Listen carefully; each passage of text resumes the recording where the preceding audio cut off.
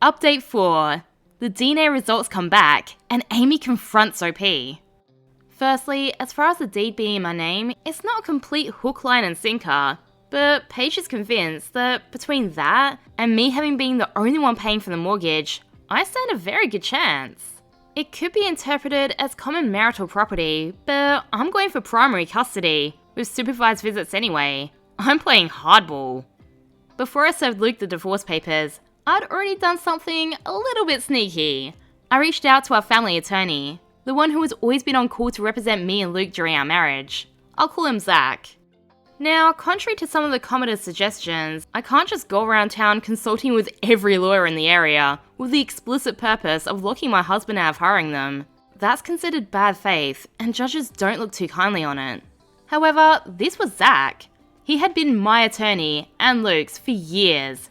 I feel like I had just as much right to him as Luke did, and I got there first. So I was able to nail down our family lawyer. When my kids ask me what's going on, I simply tell them that their father and I are having adult problems and it's nothing they need to worry about. That worked for about a day. Sophie gave me the heads up that they were planning to confront me as a group, and they did, asking if Dad cheated on me with Amy. Oh my god, literally everyone knew!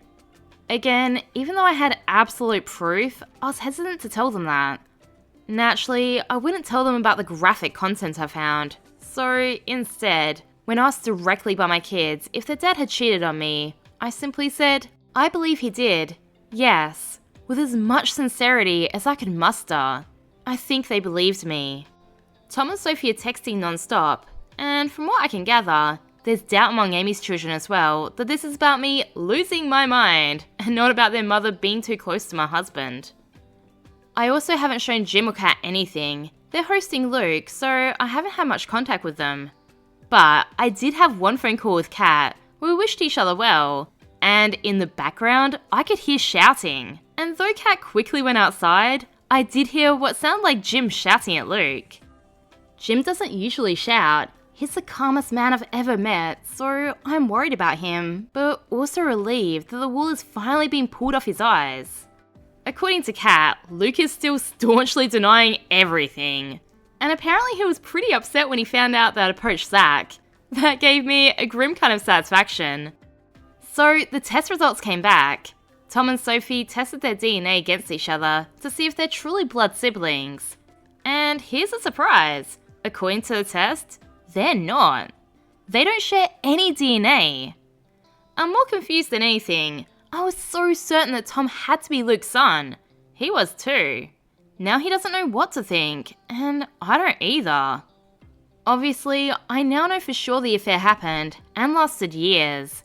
And I know from the letters that Kaylee is Luke's child, or at least he and Amy seem to believe she is, which confirms they were intimate 15 years ago.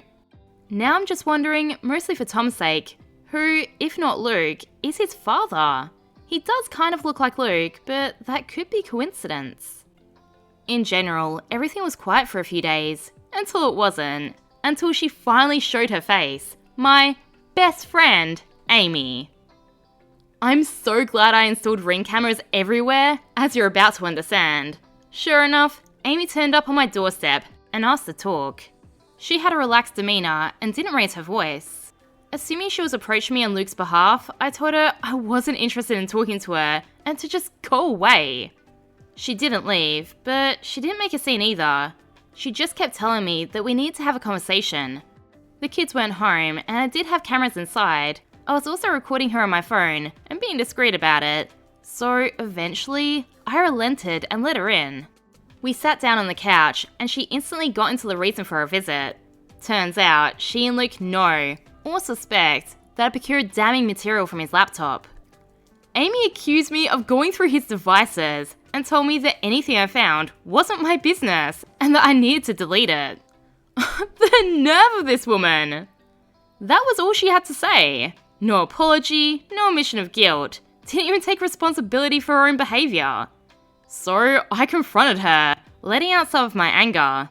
I asked her how she could have the nerve to make demands of me. I asked why she and Luke would do this in the first place. Why spend all these years betraying me?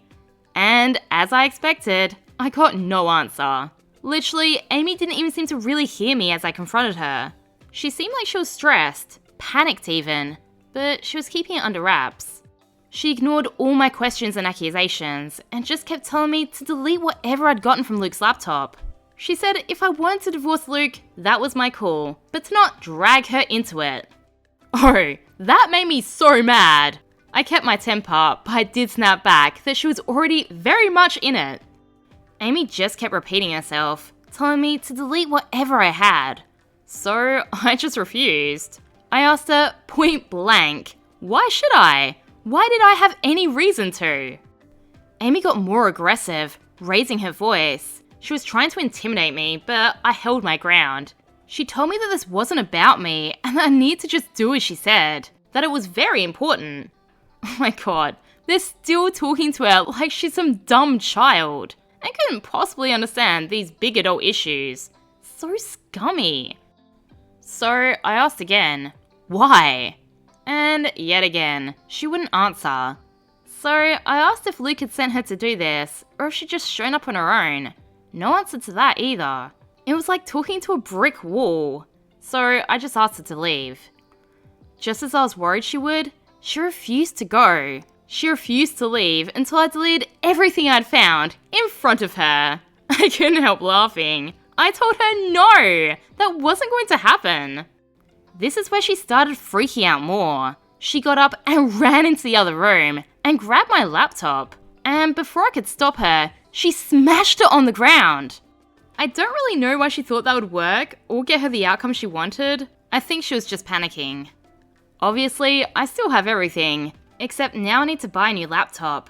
Unfortunately, she did this out of view of the camera.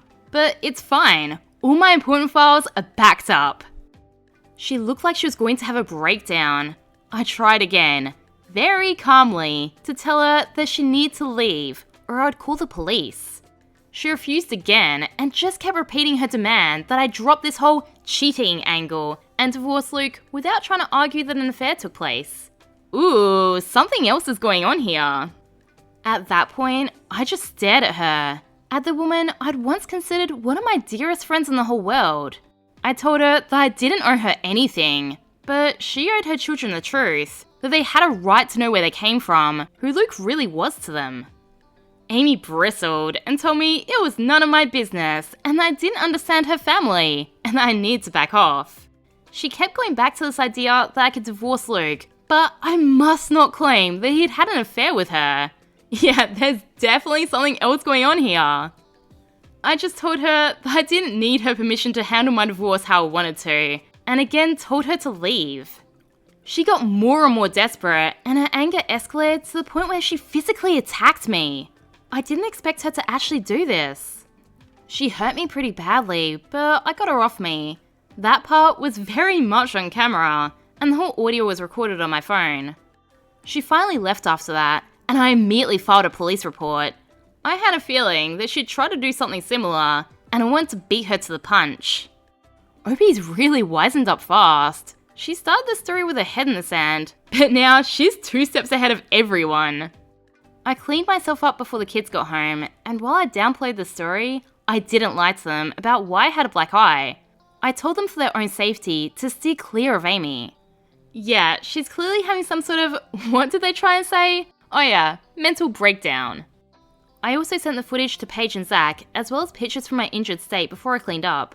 I really feel like Amy just screwed herself over. I don't know what her motives were. Was she protecting Luke? Was this his idea? Does she just really not want the whole world to know that she's a homewrecker? As if everyone doesn't already know. The more of my social group I talked to, the more people confessing that they had wondered if Luke was cheating on me, but didn't have any concrete proof. Yeah, everyone knew. I suppose Amy just doesn't want her kids to know who fathered them, which does line up, but I'm still not sure about Tom. If not Luke, then who is his father? I wonder if Tom's dad isn't completely out of the picture. Like, maybe he's paying her money to raise the kids, thinking they're all his? Maybe that's why Luke and her never made anything official.